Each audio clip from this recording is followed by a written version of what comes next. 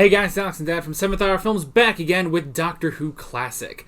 Last time around, we finished off The Mind of Evil. What was that one about? I've completely forgotten. Yes, so after the whole thing with the peace conference, which the Master was still trying to destroy, but it focused more on the prison and how the Master took over and was using the machine with the parasite to feed off evil. And then he was going to launch a...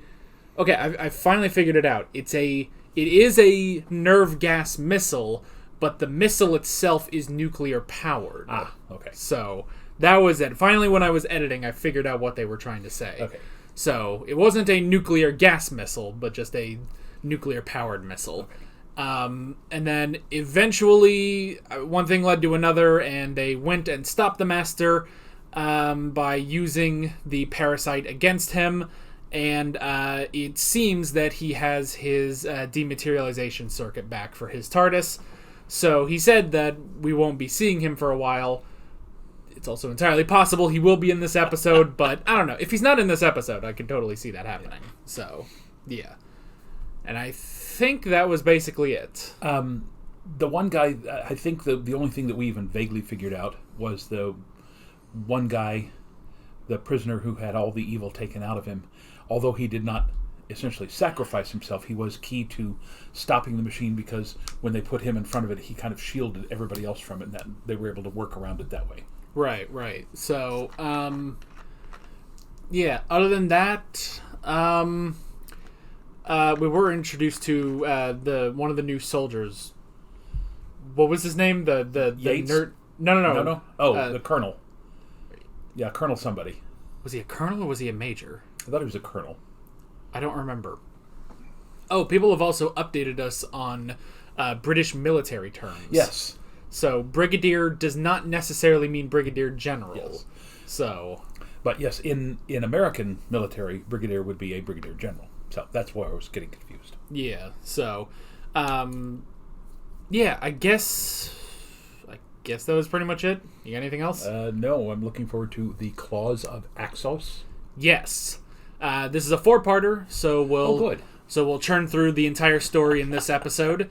And yeah, another one of those vague titles that we're not really sure what this is going to be about, except there must be some sort of feral animal that has claws of some sort. So, we've always been wrong when we try to guess from the title. Yeah, so with that said, let's go ahead and jump right into this episode of Doctor Who Classic. I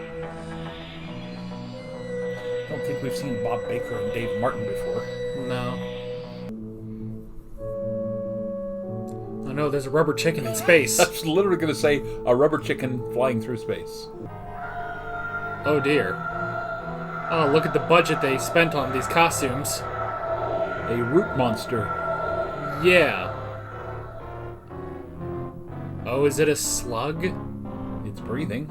Or yeah. appears to be. Is that the Earth? Yes. Okay. The Earth hasn't updated from black and white yet. What about this doctor? I gather he's not a British subject. And then who is he and where does he come from? This guy is so mad. Washington think it's time the Master was dealt with. Something like that. And you're going to deal with him single-handed? Yeah. Well, he's dead. No, that was Errol Flynn. Who? Too young to know who Errol Flynn is. That's a tragedy. No. My dear Mr. Chilson. Somewhere on the southeast coast, I should imagine. Oh, how convenient. Ah, yes, of course. It's the Gorton's fishermen. Out catching some cod for the local fish and chip shop, no doubt. Yeah, and a giant slug is about to show up. Bearing now 020. By the way, anyone in England who would like to send me an authentic batch of fish and chips, I'll PM you my address. Oh, goodness. All set to destroy it, Brigadier? Whatever it is? Just a precaution, Doctor. I see. Shoot first and think afterwards, is that it? Sudden snowstorms, sir. Dense fogs covering the area. Now, imagine a Christmas Eve that looks like that. Nah, that'd be nice. That was Christmas 1964 in Malden Hall. Did he just get incinerated? Or just... Oh, that's going to be cold. Oof. Well, goodbye, Mr. Chin. Maybe this guy's working for the Take master. care. It's rather small. Or Use your words. Oh no, tentacles!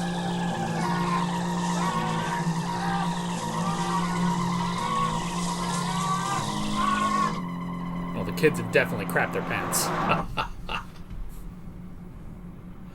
By the way, that is a very 70s haircut, Ugh. where the hair's down over your ears and you got the big sideburns. I always had the sideburns, but I never let my hair grow that long. You know, the interesting thing, they had to specifically point out that it was weird weather. Was it just because they were still filming in the winter? Yeah. we can't wait any longer. We must attack now before they have time to reorganize their defenses. Before you start annihilating the thing, why don't we just take a look at it? I agree. Joe, So, okay, you know what I've gathered from these episodes? The British military sucks. They just... He literally just asked for help, and he's ready to murder. Well, it's the civilians in charge. Immediate assistance.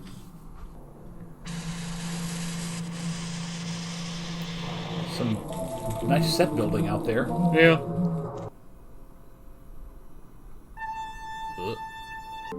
Did his face just cave in? Either that or his whole body disappeared. Huh. See, for a second, I thought he just died of the hypothermia from falling in that river.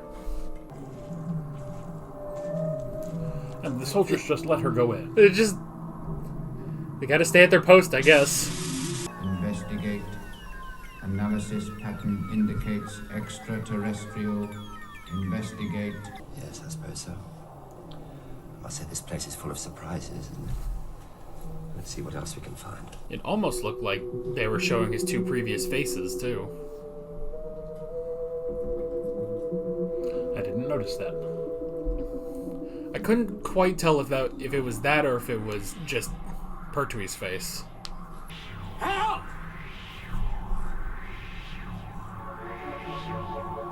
Up, there he is.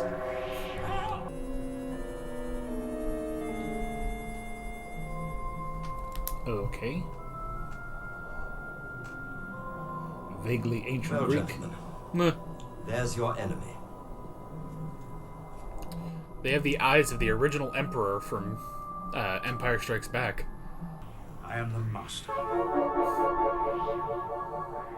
I want to believe he was working on something and he's just been captured. Yeah. He's not supposed to be in this story. Sonic injection. The process is, of course, reversible. Well, it's good to know. You can grow a field of wheat and grow it 10 times larger, theoretically speaking. Unlimited food. And unlimited power. We must have it. Oh, now you like him.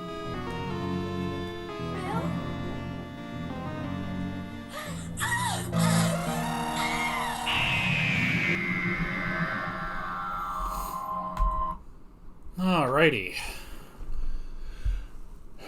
Well, a lot of information packed into that episode. Yeah, definitely. I mean, a decent start to a 4-parter. That's the thing. You gotta start churning through stuff in a 4-parter. Now, again, the Doctor, of course, is very suspicious because if this thing Yeah. converts anything, I mean, this should be like, the Mr. Fusion on Dr. Brown's DeLorean. Why do they need extra fuel? But it's nice that they've got this incredibly hideous root monster, but in order to project their calm, peaceful intentions, they put forth literally the almost ideal looking Greek god form. And I love the fact that, again, they've got the large eyes and the very almost Greek chiseled hair, and they're all relatively muscular. So again, it seems to me that they're trying to say that they are peaceful, but that's hiding their real intent. Yeah, so, I mean, you're right. It is very suspicious that it's like, well, we can just make anything. We ran out of fuel. Well, how'd you do that, Well, now, the only thing I can think of there is, since there's very little matter in space, they would, they happened to land on this planet. If they had landed on Mars, they could have converted, Mars rocks or anything else, theoretically. Although, I wonder if they need living organisms. Because Maybe. in our solar system, theoretically speaking, other than, tiny amoeba or bacteria maybe, which we haven't completely discovered yet, this is the only, we're the only planet that would have these organic materials. Yeah, so... well, I would definitely say that Bill Filer, is not working for the Master, considering how the two of them have now met. Though I do find it interesting that the Americans are taking an interest in the Master, and this guy apparently is tasked with defeating him.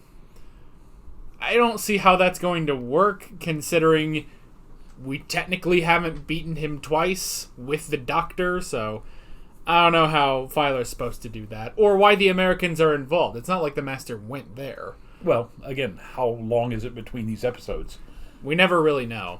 Okay. So, the other thing, though, there was a moment, though, where I swear... Let me see if I can find it. Analysis. Alright, there. It's difficult to exactly see. Maybe if I can... Come on. Okay. Well, it's very difficult to see. But right here where they're showing...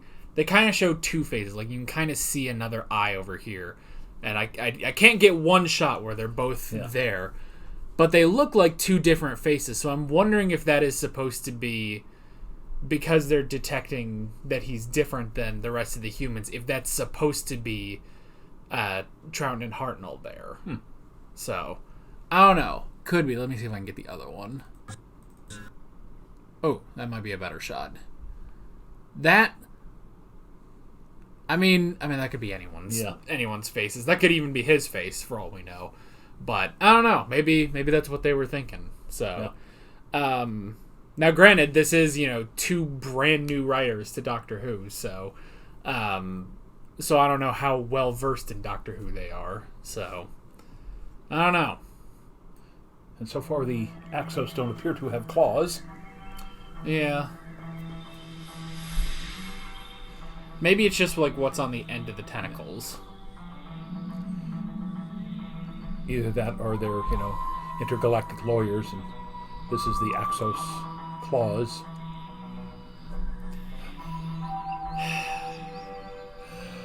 I don't think it's like that, but... Probably not.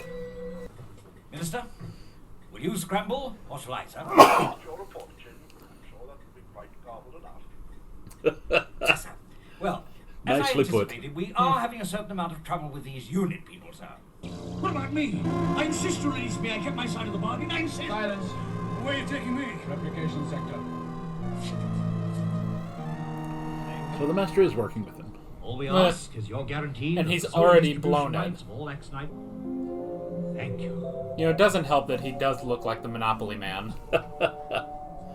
Also the template of the Dr. Watson from the early 1900s. What about the rest of the men? They've all been arrested. And so, Brigadier, have you. If you will excuse me. Arrested? For doing his job? You have no right. Captain, this is an illegal act. I have my orders, Brigadier.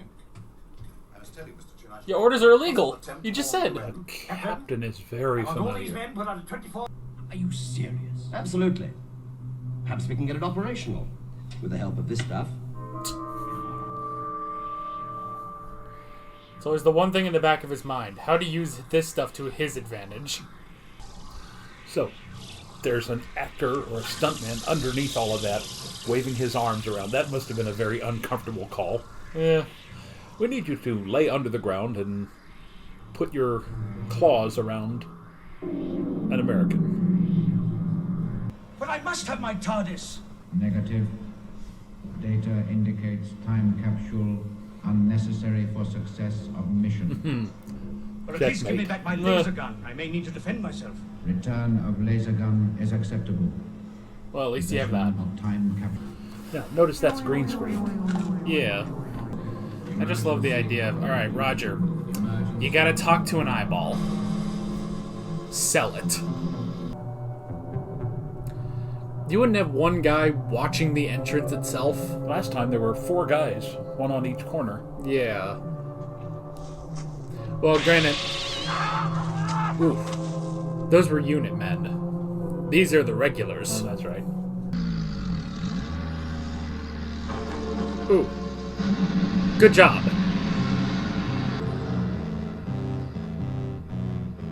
That was quite the impressive shot, to have him do that himself.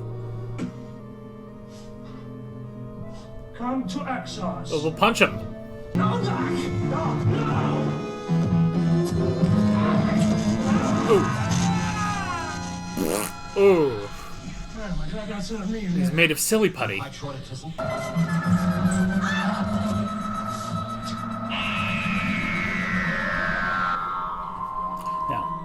got to see who the captain is. All right.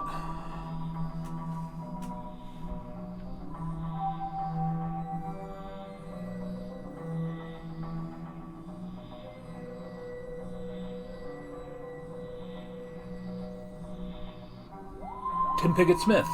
That's it. All right, I knew I recognized him. He is in a bunch of what they used to call sword and sandal movies from the 1980s. Oh, Lord, what's he in? I think he was in the... I want to say it's a remake of Jason and the Argonauts, but it's some kind of Greek mythology thing. Maybe he was in the original Clash of the Titans. But, I mean, his face looked very familiar. He's obviously very young here. But, yeah, I recognized him. All right, Tim Pigott-Smith. Cool. Ironic if he was in movies about, like, ancient Greek stuff when you were talking about the Axonites sort of having that look. I would bet, and if I had my phone or my iPad here, we could look at. But I think he was in the original Clash of the Titans, which would have been mid '80s. Well, I gotta turn my laptop on anyway. It'll just take me a sec. Perhaps we'll cut ahead to when we have this knowledge. Get this out of my way. Okay.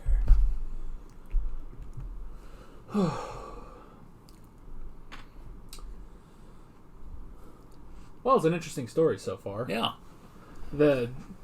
When the guy turned into the carpet of goo or whatever, it reminded me a bit of Stranger Things, the way they have the sort of gooey monsters and stuff. Yeah. Alright, filmography, let's see. Clash of the Titans, 1981. All right. Yeah. But there's got to be some probably other things too.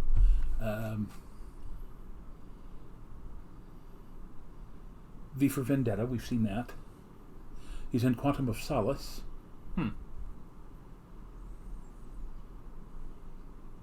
All right, well. I mean... There he is in... Yeah. Oh, evidently he will be in another Doctor Who episode. The Mask of Mandragora, or Mandragora. Good to know.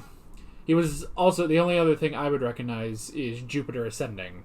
Yeah, which we saw, but it's a horrible mishmash of science fiction tropes. Not the Wachowskis' greatest movie, so... All right.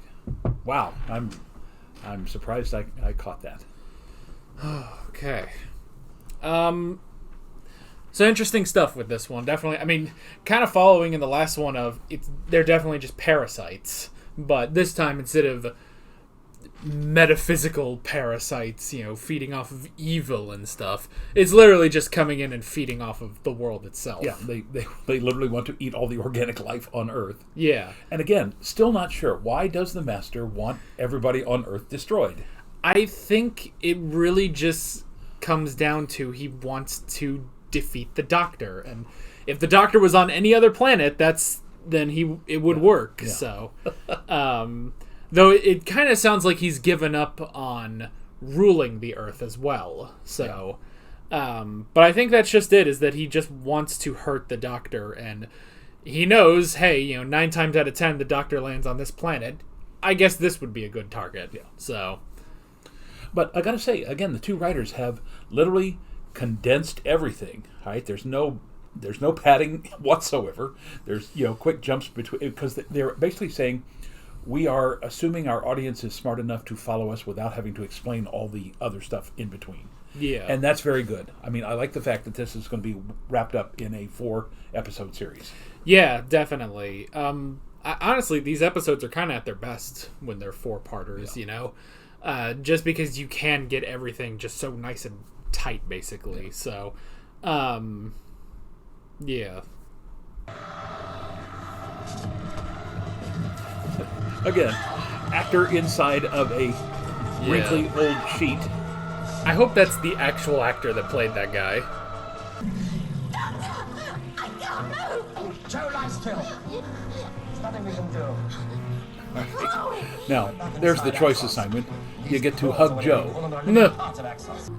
Maybe when they were divvying up the crew to play the tentacles, like, all right, you two, you get Joe. You two get Pertwee. I would hope at least they had female tech people doing Joe. Otherwise, that could get very strange. No. Because of this greed, Axonite will soon spread across the entire planet. And then the nutrition cycle will begin. His face turning is bugging me out. Slowly. You know, Joe, I think our friend Chin has done the right thing for once. For the wrong reasons, of course. What do you mean? Well, fortunately, he intends to confine the entire supply of Axonite to Britain. No. 7 noon, we can hear me own time. Very good, sir. Here we go. Poor Benton. He gets fooled so easily.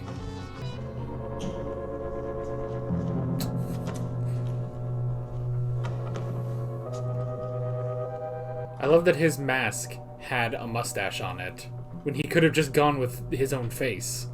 I don't think they would have allowed beards. So that's why he had to...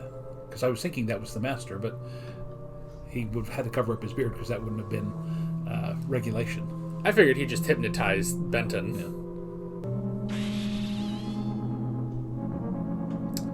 Okay, we're going to need to update the lock. Gotta find him.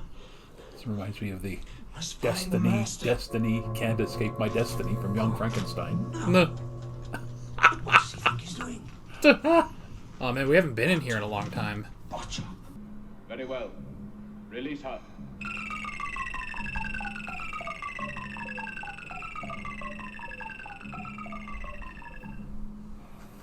Be interesting to know if they got the actress's grandmother or something. No. Now, the Axonite killed Windsor. Then the Axons turned up, clobbered me, and took Joe and the doc off. And the doctor said that Axonite... That guy's really fighting with an American accent. Something about draining. Not to mention our Axon friends. And not to mention a duck. Hey, wait for me. I told you not to mention a duck. Yeah. Sure. It's nice that you've added to this. What do you, Ugh. I've had bad hair days like that. Whoa! Holy moly. Jeez! Okay, those guys can at least be buried.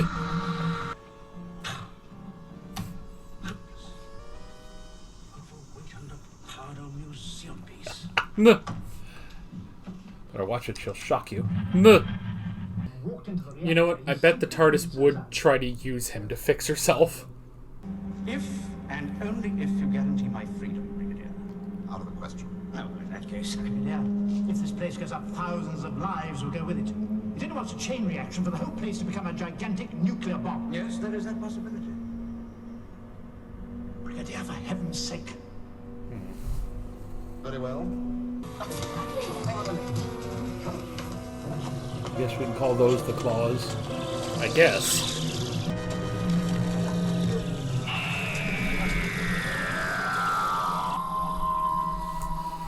Alrighty. A very interesting use of the Master in this one. Just a lot of hard bargains left and right. But it is always interesting when you have to work together with the villain. Yeah. So now again, I realize, and I'm probably obsessing over this, but the title of this 4-part episode or 4-part series is the Claws, and yet the Claws have literally nothing to do with it. So the Axos hunger, or something that basically implies that they are coming to Earth to absorb all the power and all the people, anything. But the Claws, again, except for those tiny little flipper things that they were just running through, seems to be the only Claws that we're seeing there. So I don't know. Yeah. It's a minor thing. Makes me wonder if they have one person write down titles, and then they give titles to the authors, and it's like, all right, now write a story about this. Well, you get this many episodes. I will tell you this from 5 years of working on newspapers. You write a story and you hand it over to the editor, and then he writes the headline. Well, my favorite one, I have to tell you this. You know how, in order to save space, they sometimes leave words out of headlines, usually verbs, or they'll somehow compact it. Well, this would have been about 86 or 87. There was a hurricane coming towards Florida and the Gulf Coast. It had already been through the Caribbean and killed a few people. So our editor decided to call it a killer hurricane, and it was bearing down on the Gulf Coast.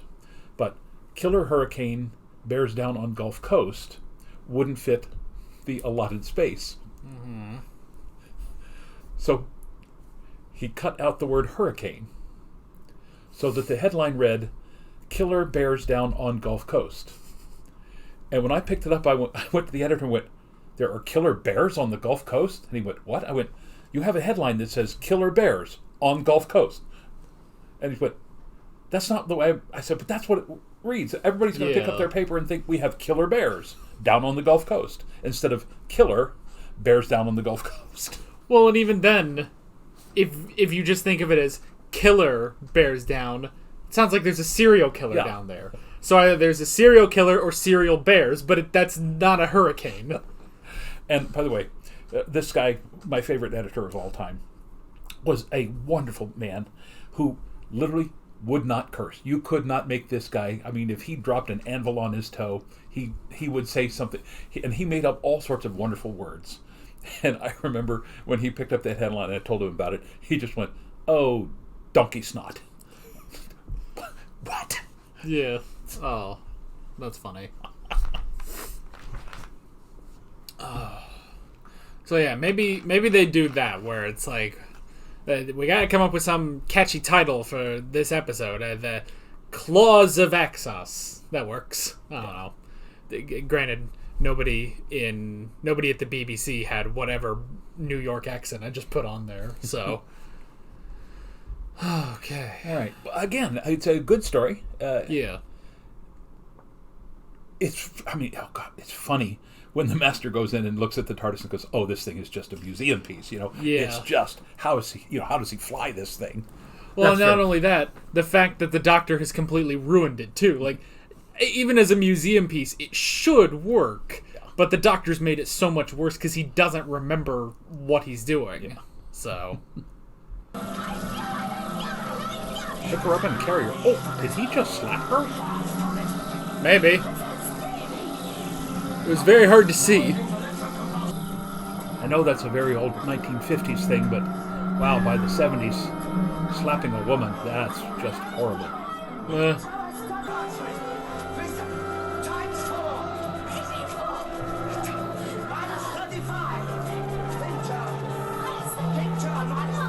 Man, I wouldn't be able to do this under normal circumstances. The claws of Axos are already deeply embedded in the Earth's carcass. Oh, I guess that's the claws. Soon it'll activate its nutrition cycle and the feast will begin.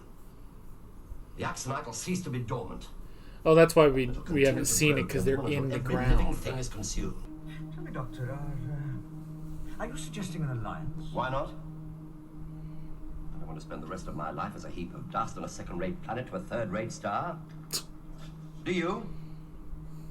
It's a first-rate planet on a third-rate star. Abandon your beloved Earth to the Axon.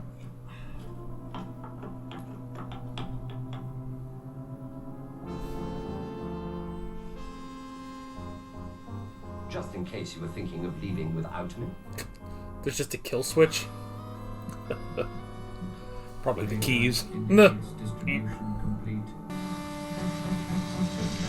It's interesting, in the 3 or 4 weeks that they've been filming, the snow has melted.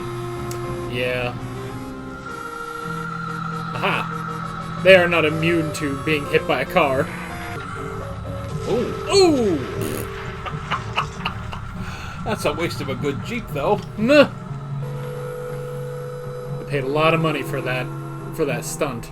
Yes, as a matter of fact, we are. Sorry, Joe. Brigadier. Just in time to say goodbye. No, you can't. I'm sorry, Joe. We must. We? Yes. After all, we are both Time Lords. He's definitely playing an angle, right? Chin. Bye, Bill. He's putting you all in a time loop, and you'll never get out of this. Never. Well, he's out.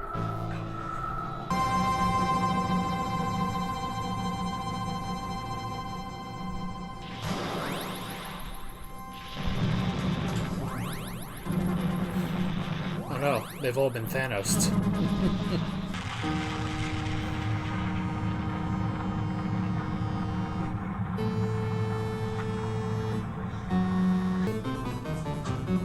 I thought that explosion would have been bigger. It may yet be. I guess. Unless they're going back to see. Yeah, when the reactor over there in Japan, when those exploded back during the big tsunami, those were not as big as I thought they would be.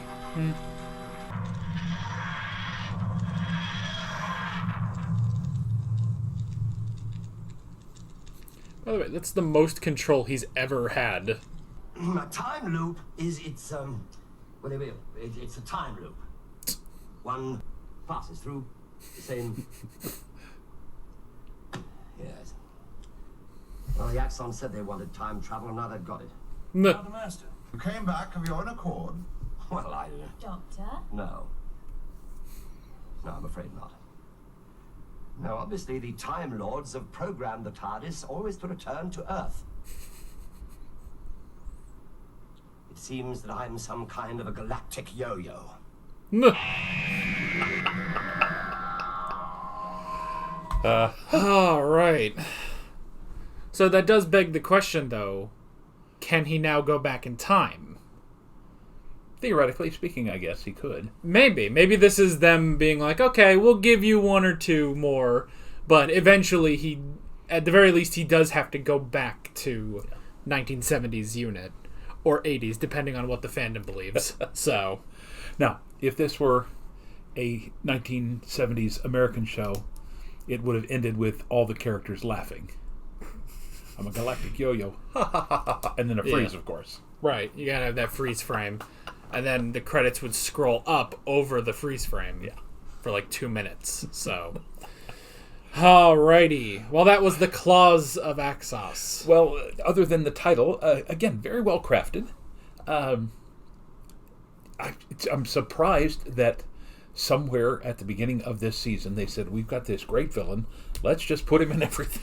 Yeah, they are definitely using the Master more than I thought they would. Yeah. So he's definitely a season-long villain, which we've never really had that on Classic Who. Even in modern Doctor Who, they don't really do that too often. Yeah. It's just sort of a big villain at the end. Yeah. So yeah, I mean, honestly, I'm glad for it. They definitely know what to do with Roger Delgado, and he is a brilliant master. Yeah. So, and kudos to these two writers because, again, as far as I know, we've never seen them before. Yeah, I'm pretty sure these two are brand new, but they seem to understand what the story is about. You know, they're not like some of these others who have thrown in stories that we've looked at and went, "What were they thinking?" Yeah. Now, the only thing I could think is if, for some reason, those two names are fake names. Because I think we've encountered that once before, haven't we? Well, somebody who was supposed to have written it, and then the script editor got a hold of it, and then the director or somebody else. So, yeah, they ended up putting a pseudonym on there, I think. Yeah, I think somebody told us that. But using two of them seems like it would be a bit much. So I think these are just two new writers. Yeah. So, alrighty. So hopping into the notes, the first thing I wrote down is Mr. Chin. Which, I mean, okay, I understand British government fellow trying to make a monopoly, a modern empire, if you will. So I understand that. It's just infuriating. Maybe because we kind of, like... If it's not the mad scientist angle, it's the, you know, the guy in the suit coming in and telling us what our jobs are, you know? Sadly, I kept thinking of him as Mr. Double Chin. Yeah, so... which, I mean, there were 2 N's in his name, so maybe that's it. So... but yeah, I mean, I get it. I understand the character. It's just infuriating when he has this strange authority over the Brigadier, which that's the other thing I didn't get. So it's like, so he's from the Ministry of Defense, yes, which meant that he didn't have authorization, right. But then he got authorization, but then it's, from what the Brigadier said, it was illegal what he was doing.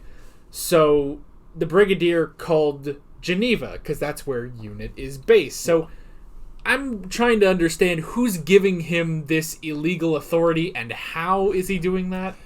It's all bureaucracy, you know. It's all red tape and bean counters. Yeah, because I mean, I guess when they bring in the regs, the regular soldiers, that's just normal British Army, not UNIT. Who, while yes, this is a British division of UNIT, it's still under Geneva. So I can understand that, I guess, but yeah, who gave the authorization to have the regs take over, basically? Yeah. So every time I say regs, it sounds like we're talking about Clone Wars, you know? Like when the Bad Batch shows up. Oh, these regs. So, let's see. You know, when you really look back on it, was there too much of a purpose to Bill Filer? No, other than, and I kind of hate to say this, I wonder if the producers or whoever said we need to introduce, and I hate to use the term love interest for Jo, but it's very obvious that she's not going to be able to do anything with the Brigadier or with Yates or any of the others. Although I thought that there had been something earlier.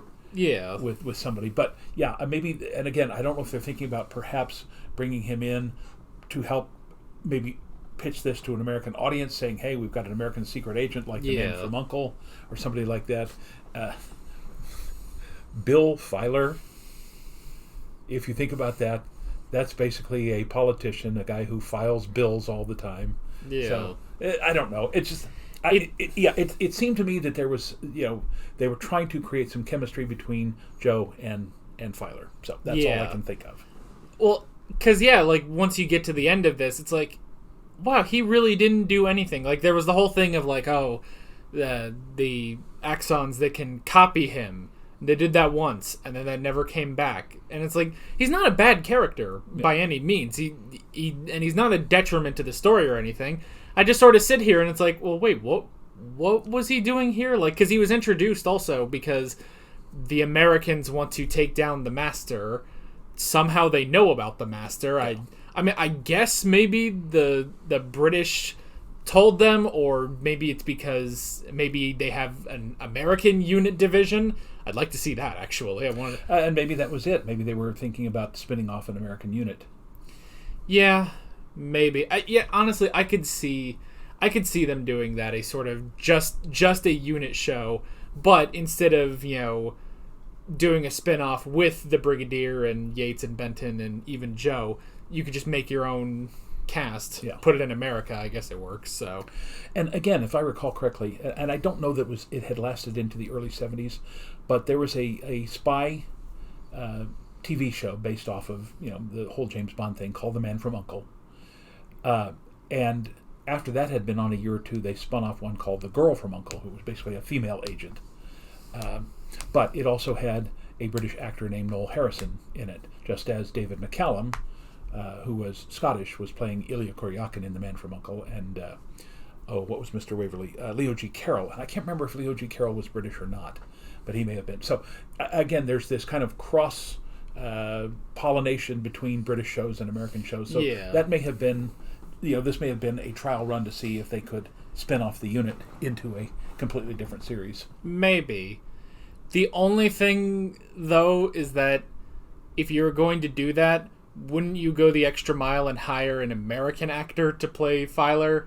Because it was, for the most part, like his accent fluctuated. Like it took on like a couple different accents, and sometimes his voice was really deep and gravelly, and sometimes it wasn't. And there were a couple words where I was like, "Ooh, no, he's not pulling that off. He's slipping." But yeah, I don't know. Maybe I could see them trying, and especially after 8 years of Doctor Who, I could see them wanting to try something new.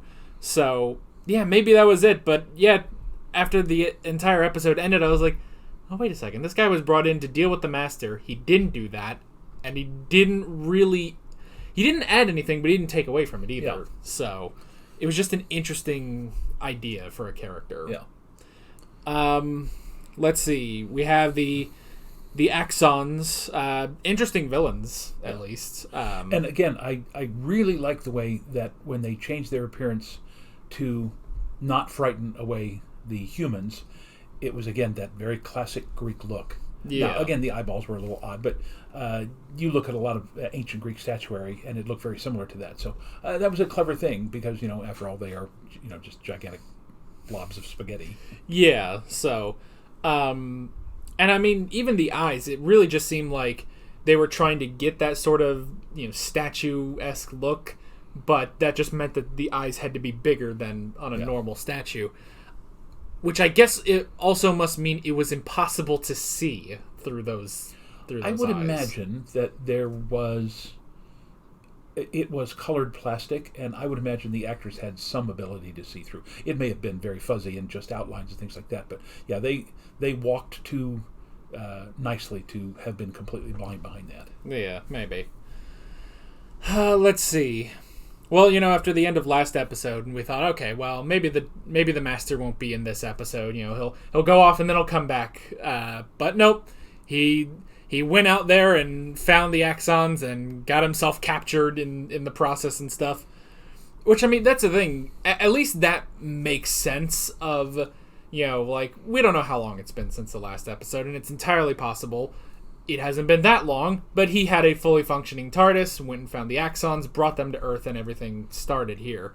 But last time around, where it was like, well, yes, I found this creature that feeds off of evil, but clearly he had to have had that before he got stuck on Earth during the Auton story, so that was all interesting. But nope, he was back.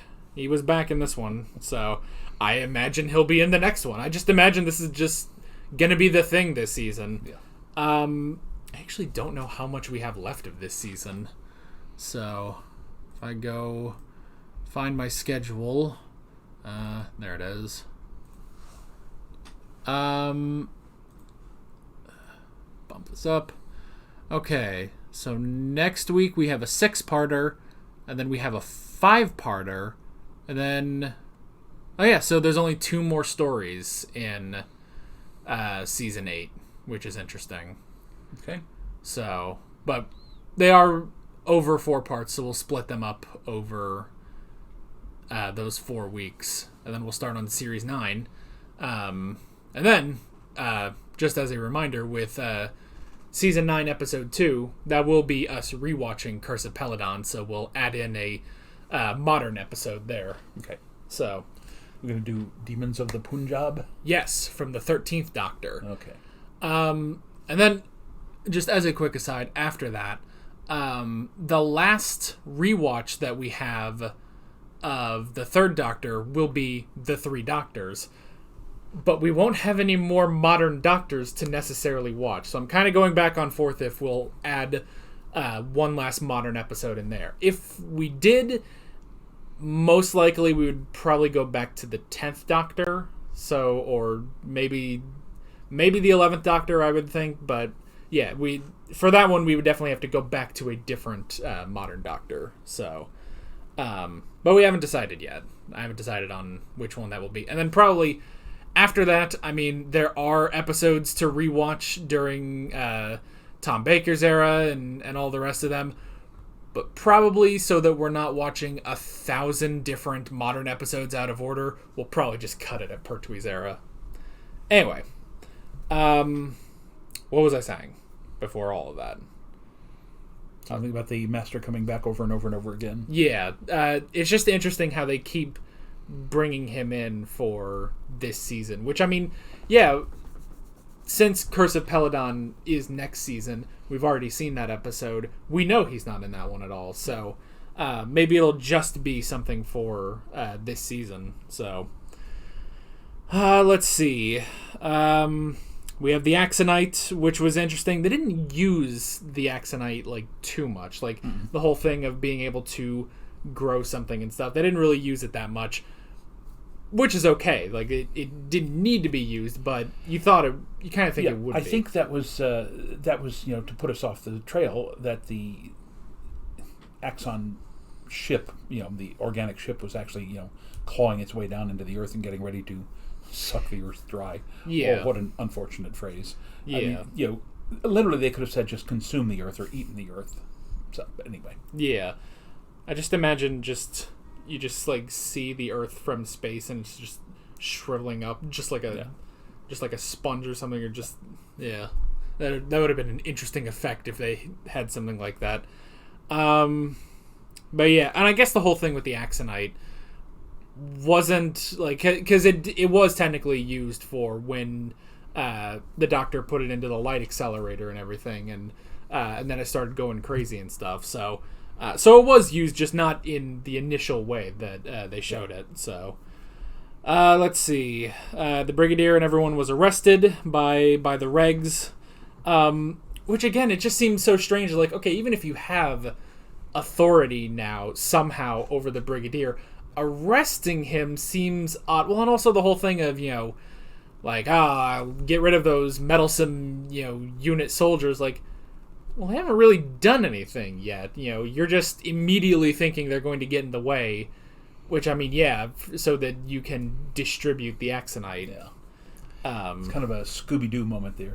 I would have succeeded if it hadn't been for these pesky unit soldiers. Yeah, so... and then, yeah, we had the Axons draining the Earth of nutrients and stuff, which was interesting. Which, I mean, yeah, it's just another sort of parasite thing, but this time just a much larger scale, I guess, for the Axons.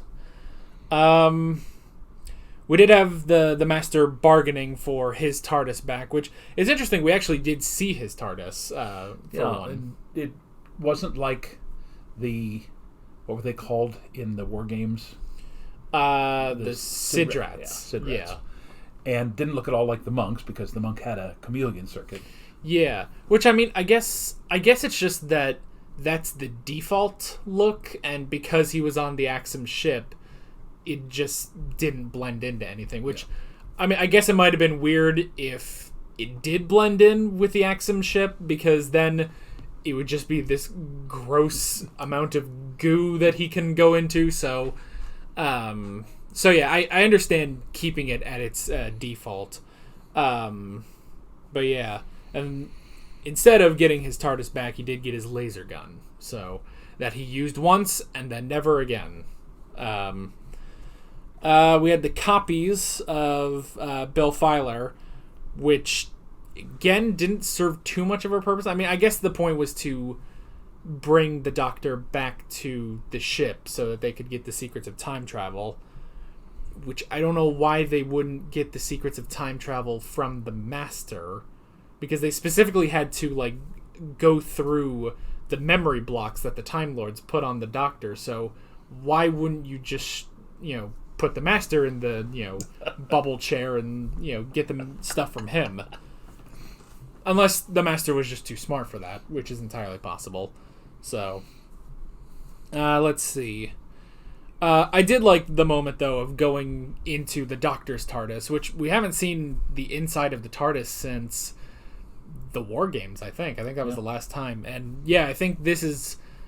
people have said that this is now the new TARDIS console, because the last one was old and damaged, and so they just created a brand new one now.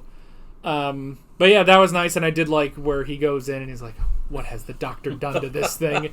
He goes through, it's like it's already an old relic and he has ruined it, but he fixed it up as best he could. Yeah. So I also do kind of want to believe that the TARDIS, maybe even a bit selfishly, was trying to use the Master to fix herself up. Because that's also part of it, is that it's not just that the Doctor has, gotten his memories blocked of how to fly the TARDIS, but the TARDIS has been tampered with too, so that, she has to keep, boomeranging back to Earth, basically. Yeah. So I would imagine both of them are trying to get over this. I was surprised that the Master could get into the TARDIS. That was weird, yeah. So he just... I mean, maybe you could chalk that up to because it's such an ancient, old TARDIS that he knows how to get into it. But yeah, that does seem rather odd. He just, it looked like he used his laser gun on it. And it's like, well, you'd think the TARDIS would have better defenses. Unless the TARDIS specifically unlocked herself in order to let the Master in and fix her. Yeah, I noticed that this Doctor has yet to talk much about the TARDIS in personal terms. Just other than, it's my TARDIS. He doesn't call it, old girl, or, doesn't seem to have any kind of personal relationship with it. Yeah. Whereas even the first and second Doctors, it did seem a bit more like, even if the TARDIS is a machine, it's his machine, So there is that sort of attachment to it. Well, let's see. I did like the line where it's like, well, Mr. Chin has, he's accidentally done the right thing by containing the Axomite in Britain. Like, well, yeah, that is very interesting. It's his own greed for this monopoly over Axomite that, luckily, it is sticking here, which was interesting. And yeah, I mean, I don't want to generalize the British, but trying to create a empire out of this stuff, and this monopoly is very British. Well, again, in the late 60s and in the early 70s, there was some economic problems in Great Britain, and you could, I would say, be very generous about the fact that, yes, there were probably some people who would literally try anything to help get Britain back to its former economic power. But, they were shedding colonies and all sorts of other things like that. And they were, of course, the early 70s would have been one of the very first gas crises. I think that was, 1971, the very first Arab-Israeli war, which would have sent, the gas prices skyrocketing. So, again, there's all sorts of things. And, again, I think the average British viewer would have said, we understand this because we're literally throwing anything against the wall to see what sticks. Yeah. But, Chin is a somewhat exaggerated version of that. Yeah. And not to say... And when I say this about the British, I'm not saying the Americans are any better. Oh, no. We may be worse, in fact. So... which, I mean, hey, we came from Britain, so the apple didn't fall too far across the pond. So one of my favorite quotes, which is I think attributed to Winston Churchill, is he said, "You can always count on the Americans to do the right thing after they've done everything else." Yeah. So I don't know why that just reminded me of, what was that? I think Independence Day, where it cuts around the world where it's like, oh, we have a plan, we know what we're gonna do, and it cuts to the British, and it's like, oh, the Americans, they have a plan, and it's like, oh, about bloody time, and it's like, yes, let's focus on the Americans they will do something and not us, and it's like, all right, American filmmakers, I get what you're doing here. So let's see, we had the hard bargain of do you release the Master or do you let thousands of people die, which that was a very tough bargain for the Brigadier, but it had to be made. Yeah. So but then also the whole thing of shut down, do you shut down the thing and not kill the Axons, or do you do it but also risk the Doctor and Joe? Yeah. So, well, the Brigadier is, he's a military man. That is his job, is to make those kind of decisions. It's a dirty job, but somebody's got to do it, or that's what they pay him the big bucks for. But yes, it's, what will do the least amount of harm. Yeah. So, and I don't know that the Doctor will ever come around to that. because he is not military. Yeah. But he should start to. I mean, after all, it's been 2 years now, practically. He should come around to say, look, I understand that your military mind naturally goes to defense, all right? Ultimately, he said, shoot first and think afterwards. Yeah. But, that's their job. They are here to defend the Earth, not just from other Earth adversaries, but in this instance, from outer space. Yeah, definitely. Which, I mean, and part of it, to the Brigadier's credit, whereas like, oh yes, you're bringing in all the missiles and stuff, and he's like, well, it's just as a precaution, we have to be ready for anything. Whereas Chin was immediately like, let's blast it out of the sky. Yeah, it's like, before it lands, yeah. Yeah. Now, does the Brigadier carry over into Tom Baker? I think so. Now I know by the time we get to the Fourth Doctor, he'll be out and about through space and time again. But I'm pretty sure there will still be episodes with the Brigadier. Because I think... I can't remember if Sarah Jane comes from UNIT or not. Or if maybe she got into UNIT and then got to the Doctor. I have no idea. So we'll have to get there. But I think... I'm trying to think. He may even be in like a couple episodes with the Fifth Doctor. Because I remember...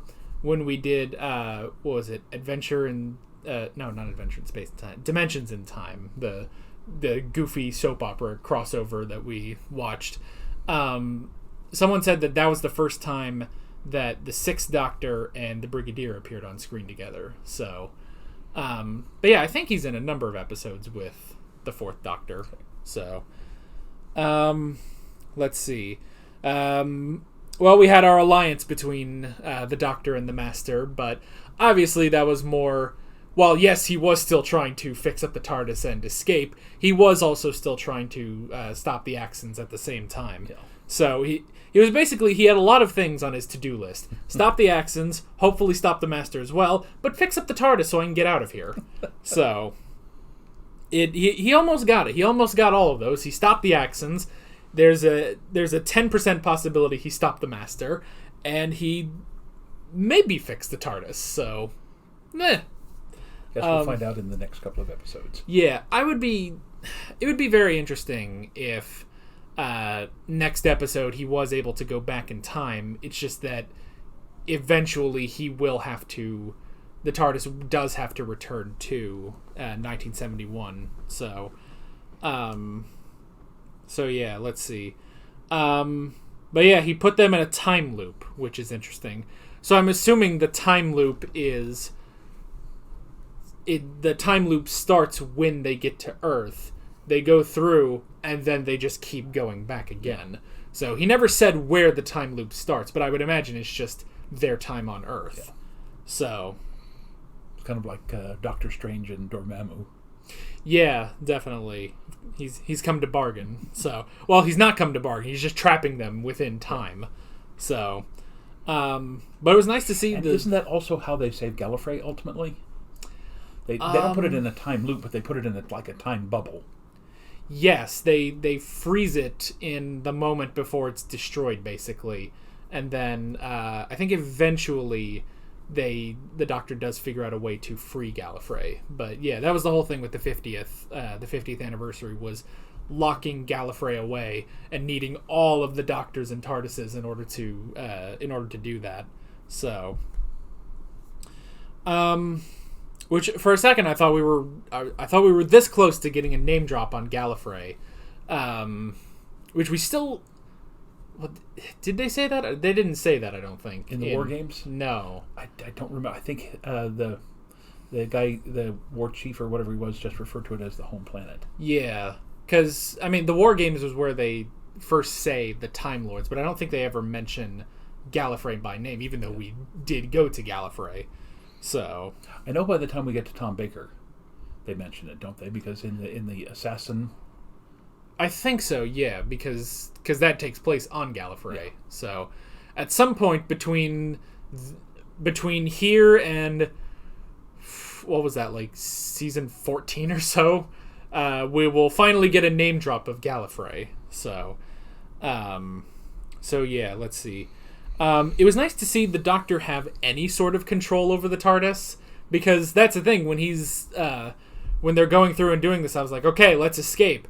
And then he immediately dematerializes on the Axos ship. It's like, he's never had that kind of control, like, ever. Like, the most has been just, get in, we'll get out of here again. Now, one thing I also noticed is, in the past, when the TARDIS's doors opened inward, they usually showed an exterior outside of the two bubble doors, but this one showed more bubbles, so it was like there's now an antechamber or something where you go through those doors and then you open the police box doors. Yeah, well, I mean, because they've kind of done that. I think for the most part they would do, like, if they open the doors, it was just sort of black out the doors, but then you just walk out and, here's wherever we landed.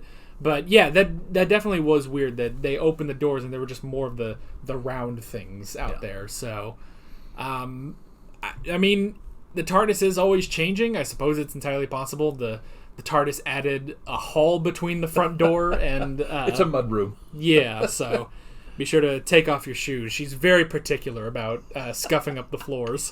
So, but yeah, that level of control... While brief, we don't know how much he's going to be able to use this. It was at least nice to see. Yeah. So, and also just see anything with the TARDIS. He really hasn't done much with it. No. Aside from using the TARDIS console in Inferno, but that was about it. So, but yeah, that was the Claws of Axos, or Axos. After 4 episodes, I still didn't get which one it is. Yeah. So I think it was Axos. But yeah. Next time around, we have Colony in Space. Oh boy. So maybe we are going to takes space. The Doctor and Joe to a barren world in the future where human colonists are scratching a living. But at night, the colonists are menaced by a monster. Oh, well, that could be any episode of Doctor Who. In fact, I think that's the plot of the Macra Terror. So, there's a good little note. If you read the description of an episode of Doctor Who, it's just vague enough that you won't be able to understand what it is. So, you got anything else? I got nothing. Then that is pretty much it. With all that being said, we're Alex and Dad from 7th Hour Films, and we will see you guys next time. Take care. Alright guys, thanks for watching this video. There's a bunch of links on screen if you want to go click around to any of those. There's a playlist for all of our Doctor Who classic reactions, as well as another Doctor Who playlist of some variety that you can click on. There's also a subscribe button and a Patreon button on screen, and other links in the description if you want to go check out any of those. See you guys later.